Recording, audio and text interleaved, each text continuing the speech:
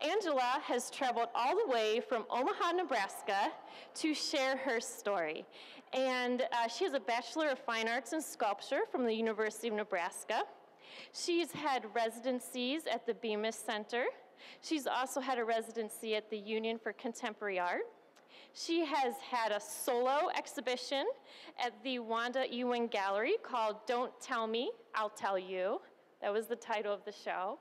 So Angela has a lot to say. Her work pushes the boundaries of the use of materials, but she also plays with the idea of material and social commentary. And so I'd like Angela to open up the talk and share about some of the relationships between object and story. So welcome, Angela.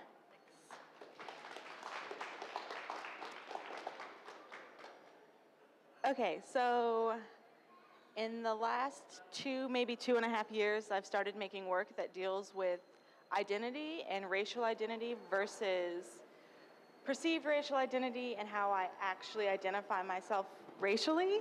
Okay,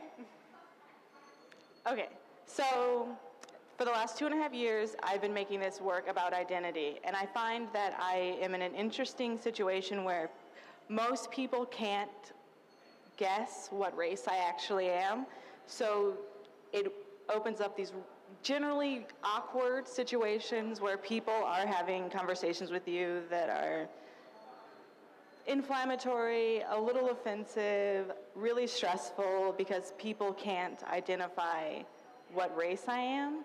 So for the longest time, I didn't want to make work that dealt with racial identity or the issue of racism in America because it's a very stressful topic and it's a little scary to even approach the subject.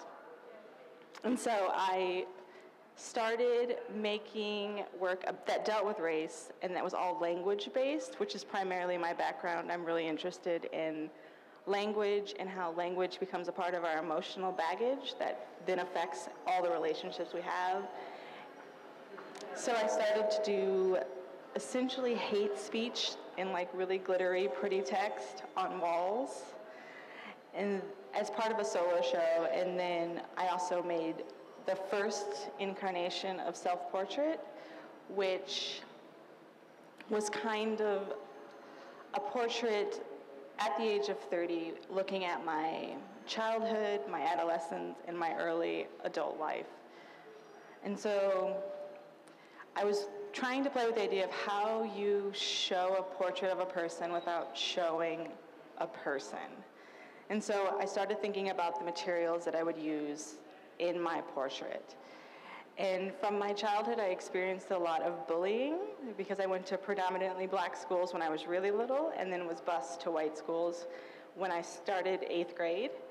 And so I was never black enough, or I was always too black, depending on the situation that I was in. So I wanted to make work that kind of touched on the idea of being bullied and the idea of taking this material, which is tar paper, that is quite disgusting to work with. It has toxic properties, but I still think it's really beautiful. And I was thinking about whether or not I can take this material that is quite disgusting and is generally used just as a roofing material, and if you could take this disgusting material and transform it into something really beautiful, and what would that look like? So I made the first self-portrait, and then I sold it, and I wanted another one. So I made another one thinking about a specific portrait in mind, and I have a picture of what it is.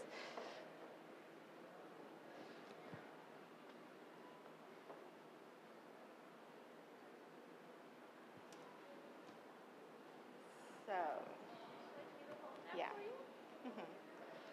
So this portrait, self-portrait number 2, is based on my 2nd grade school photo, which is a pretty terrifying. I look a little horrified in that picture. And the story behind that picture is because I'm very interested in how people interact with me based on racial identity or class or gender or sexual orientation. So I was in second grade, and it was school picture day, and my parents had done my hair. And the woman who was taking the picture did not like how my parents had done my hair. And she took it upon herself to comb my hair. And you shouldn't comb hair that looks like this. So I had the reaction of like recoiling and seeming, I was really scared because it hurt. And I was really tender-headed as a child. And her reaction was, if your parents would do it for you, then I wouldn't have to. So that resulted in my second grade school photo of like trying not to cry. So I was trying to think, but it came to this piece. So I was trying to think of how I felt in that moment of being so terrified of this woman and how small I felt. So this picture is the inspiration for this piece. And so this piece is a little different than the first one because there are a lot of smaller flowers and there are way more lilies. And I like to use lilies in my work because they're a flower with a toxic property, but they're incredibly beautiful and really fragrant, but they're also very poisonous. So this is my reimagining of my second grade school photo as kind of it's not okay to be bullied, but it did get better, and I have learned better skills in how to interact with people in those situations and stand up for myself. So this is self-portrait number 2. That was way faster, and I like skipped way more stuff than I was planning on doing. Well, do we have any questions? We can open up for discussion. We can. I really like talking. Do you take any precautionary measures when you're working with such a toxic Because I'm irresponsible and reckless, no, I do not, yes. If you look at the hazard sheet that comes with tar paper, it's not, like touching it's not going to give you cancer, but touching it will give you rashes on your skin. So I kind of take that risk on myself. I get really nervous if like an assistant is helping me work with it because I'm just like, oh, I don't know if I can be reckless with your life. But I feel like this is a little safer than what I was doing with tar paper like a year and a half ago, where I was dipping it into hot wax to make these really beautiful, milky, space-like imagery, but dipping it into hot wax leaches all of the chemicals out, and it's so disgusting. And I was like, this is too dangerous. I don't want to get cancer at 40. So. At a distance, it doesn't look like it's tar paper at all. It just looks like you can't tell that it's toxic. Mm-hmm. Tar paper. And when you were doing it, did you kind of have that in mind that at your first glance you would be able to tell that it was something that is terrible? When I first actually started using tar paper, I didn't use it for any. So the whole reason why I actually started using it was 3 years ago my father died, and he had his master's in physics and was obsessed with space. And tar paper reminded me of the night sky, which is why I started using it. And it was a way that I could represent my father in my work without having to represent him as his face. So that's where it came from. So I was just like, oh, it reminds me of the night sky, and when you add wax, it looks like photographs of asteroids, and I can represent his life through this material. But I've continued to use it because I find it really fascinating that a lot of people think it's strange that I use black. People are just like, why is it black? Why do you make black things? And I think that that's an interesting question to ask, because I'm just like, why not black? Like, why is black a bad thing? Like, why is it a bad color? Why can't black be something that's beautiful? So it has both of those things for me. You and then you.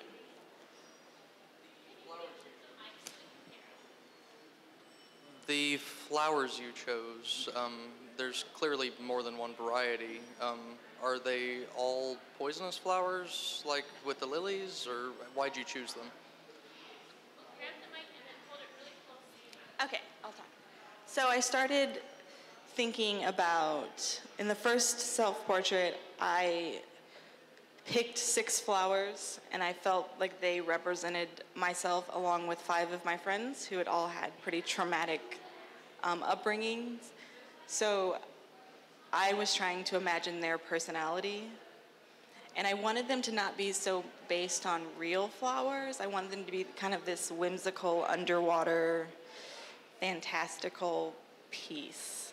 So they're like flower-ish, but not real flowers. I mean, they obviously are supposed to look like flowers, but you're not really supposed to know what flower they are.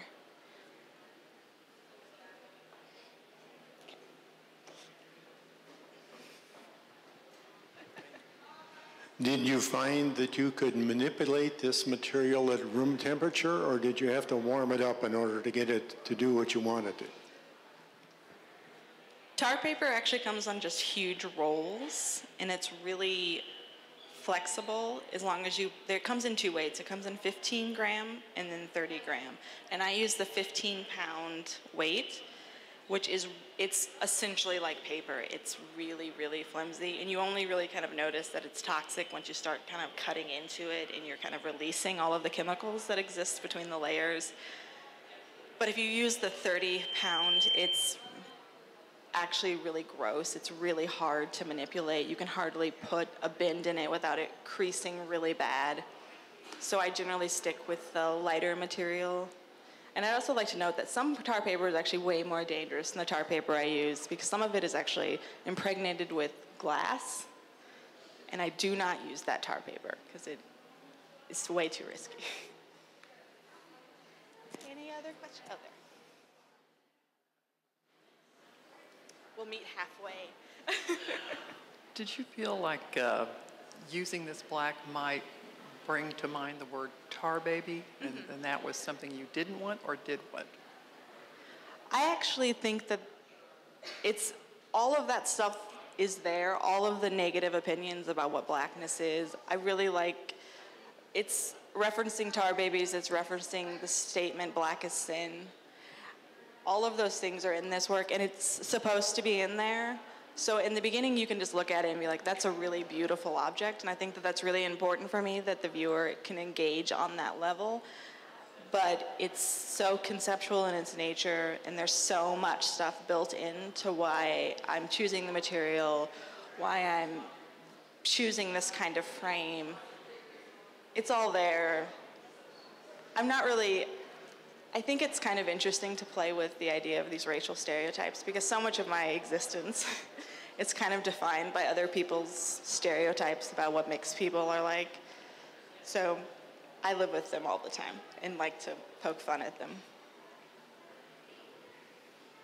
So I actually have a couple of questions. First one is around the frame that you use. Can you talk about why you chose the wood box, and what does that represent in the artwork? So when I was doing my thesis show, I made a 8-foot-long pine table that had like 36 stacks of 100 of these like typed cards. And I started using just bare wood because I liked the idea that historically people would just put their dead on their tables and you would visit and mourn the loss of this person. So that was the beginning of using just bare wood and referencing death. But the funny thing is, Dawn, during a studio visit, referenced that it was a coffin, and I've had several other curators now point that out, and I didn't actually go for it being a coffin. But it fits totally, it really does. It's the mourning the loss of this child and the person that I carry with me, like this little version. And so my next question, this work reminds me of Louise Nevelson in some regards, because she liked to create things that were in a monochromatic format, you know, like all black, but then she also did gold and white. Would you consider creating something in this, or maybe painting it and doing something in another color other than black? So I have 3 colors I actually use, and they are white, black, and gold. And I have made a really colorful flower piece like 2 years ago now, and I hate it. It is my least favorite piece I've ever made, and it took 600 hours. And I don't think I like using the color right now.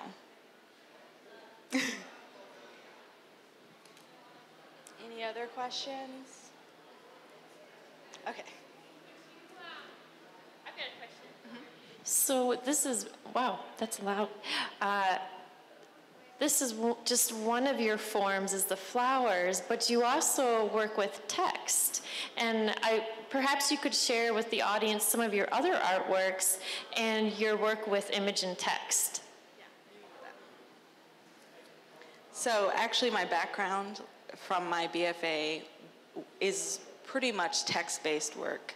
I'm very interested in language and how language becomes part of this emotional baggage, which I was speaking about. And being so introverted and being able to absorb the things that people are saying and they kind of weigh down on me, I started to imagine language as this lingering, floating object that is with us for the rest of our lives. So someone can say something really stupid to you 20 years ago and you still remember exactly how it made you feel in that moment, and that becomes part of our emotional baggage. So I started using text in 2007 as a way to engage with the viewer's emotional baggage, because I feel that a lot of work has the possibility to be very isolating to the viewer. So it becomes very important for me to engage with the audience. And so I felt that I would like to go about that with making work that was text-oriented, so a person would immediately be able to have a reaction with the work. So all of my early work was using language of what was said in my private relationships and then putting it in a gallery setting to blur the line between what is actually considered appropriate for public consumption and what is reserved for private. Because I think playing with that kind of boundary is very interesting, because if you are willing to divulge something about yourself, it reveals a level of human truth. So the work is about me in my private life, but it isn't about me in my private life anymore. It becomes something that a lot of people have the ability to relate to. So then I really wanted to make pieces that didn't make me feel so alone. So that's why I started using text, because I wanted to connect. And as an introvert, it's really important to have the ability to connect with other people. So I've got some. I'll pull up a website.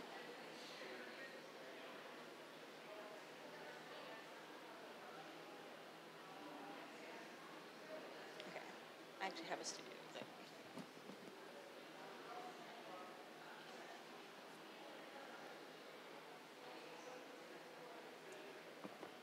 So some of the really early work was, Do you want me to hold it? yeah. No, this is what, of course I do. Want to read it? Okay, so this is a text piece that says, I want to go back to when we still loved each other. I remember how it felt. And then here's another one, and it says, yes, sometimes the longing does feel like a hot spike through my heart, and I like dramatic statements, which is very apparent. So I was making work that looked like this. And so I really like to show the hand. And then that transforms into... This is the first piece of work where I had a solo show after my dad died, and I made 3 pieces of work that embodied him. So, and this is also when I learned about using tar paper. And this one says, I know it's over. I knew I could never make you stay. It's just hard to imagine the rest of my life without you. And so the material in this piece my father was a workaholic and never took vacations. So after he died, I was pretty much a depressed wreck for 6 months. I didn't really do anything. I didn't make work. I became a pretty terrible person. So I went on a vacation to Hawaii, and so this is made out of the clothing that I wore on that vacation of standing in the ocean and just hanging out on the beach.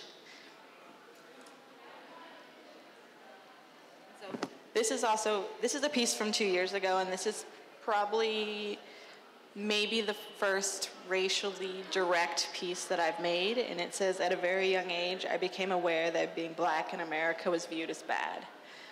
And so I was playing with stencils because I liked the fact that it's difficult to read difficult statements.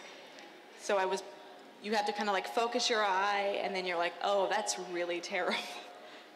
And I like that double-sided nature. And this is another one that is just tar paper that is coated with wax. There are very few that are in this series. So then I started making glittery hate speech, which I really like. And this is made out of glass glitter, which is ground glass. And I was thinking about how, as a society, we are really obsessed with the other. Like minorities, to be half of something is quite prized because it's like this exotic little thing, but it's also incredibly offensive when you have these conversations with people.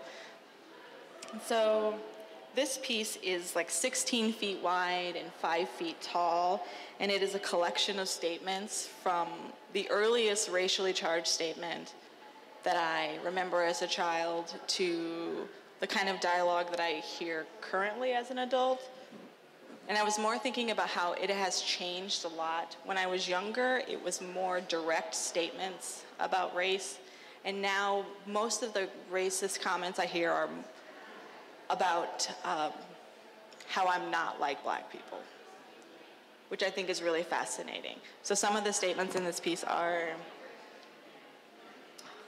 I don't want my kids playing with half-breeds. It's not my job to teach people like you. He's lucky to have such an exotic girlfriend. I don't have a problem with interracial dating. I just wouldn't do it. And then people won't be able to relate to you because of how you dress, your education, and the fact that you're biracial. And then the last two statements are, we live in a post-racial society, and you need to get over your history.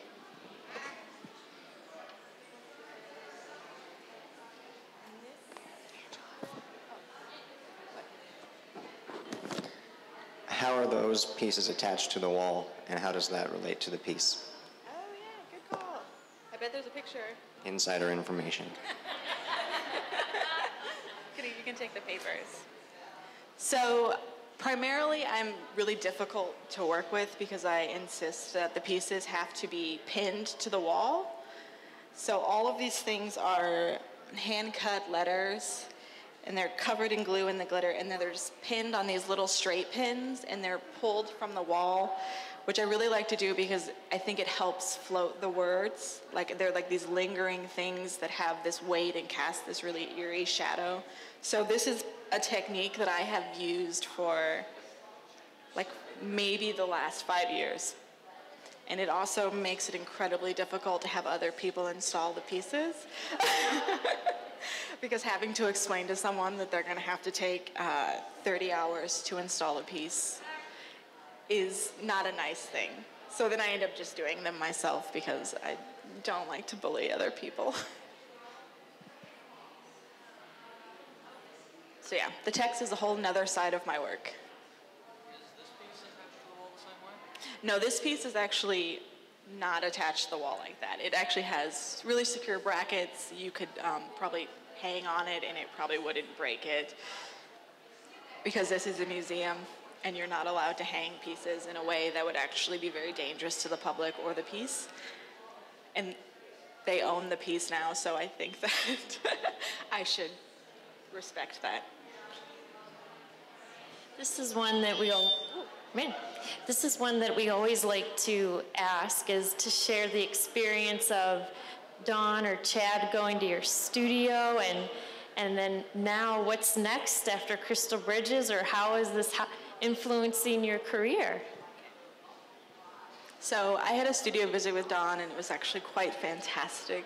It was a really great conversation. I heard about them out of the blue. I had never heard of the museum because I'm out of touch, I guess. But I got a request for an interview, and I submitted work, and they accepted the pieces, and I just met with Don, and I was the first person he met when he came to Nebraska. And I remember he was not wearing a coat, and it was, I think, 29 degrees, and it didn't make any sense, but I don't think he knew what Nebraska was going to be like. So it was a really great conversation. We talked about racial identity and what it means to be a minority inside of a minority, and what experience that is. So that was really, it was like one of the most interesting studio visits I've ever had. And like he picked up on all the things that I was trying to convey in my work, which is also really good because it makes you feel like you're doing it right and people understand what you're actually saying. So this show has actually been really great. I'm kind of crazy busy and have no time to myself, but it's really good as an artist to be busy. So what's next for me? I have a residency with the Bemis Center, which is like one of the top residency programs in the world right now. And I'm gonna finish that out in January. And I'm thinking about applying to graduate school, but I don't know if that's what I wanna do with my life.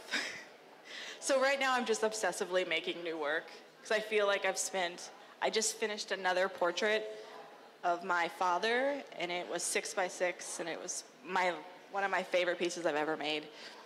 And I feel like I am now in a place where I can make new work. Like I feel like the portrait series is kind of done, so I'm making new pieces that are maybe a little more aggressively dealing with racial identity.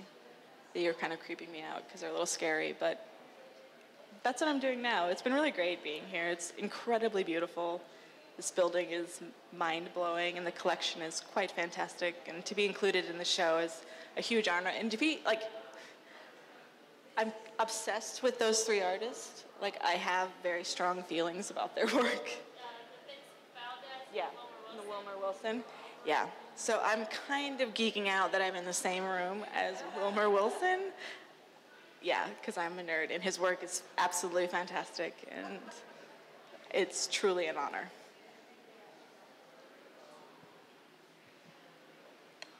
Do you have, well, that is loud. Do you have pieces in Omaha? So I've kind of ran into this weird problem with most of my text work. For the long time, I wasn't really making work that people could actually purchase. So, because they don't make sense, like, install in people's houses. And I've pretty much consistently refused to install them in people's houses for sale, because it always feels a little weird to go to someone's house for a long time and install work. So, but lately, like, all of these kind of pieces that exist have all been sold. So now I'm kind of like this scramble phase of, like, making new work. So I have things to show, because I really don't have anything anymore. Like, everything is either at a museum or in someone's collection, which is really good. And I said it like it wasn't a good thing. It's really great. Okay, any other questions? Okay. Oh, right here? Oh, sorry. How long did it take you to make that? This one was only 250 hours, so it wasn't that bad. It actually went pretty fast, comparatively so. Like, there are ones that are 600 hours, and those are nightmares. And, yeah, I don't like to make them back to back. They're really damaging on my hands. It's really hard. I just cut them with scissors. So there's a lot of strain after doing that for a few hundred hours.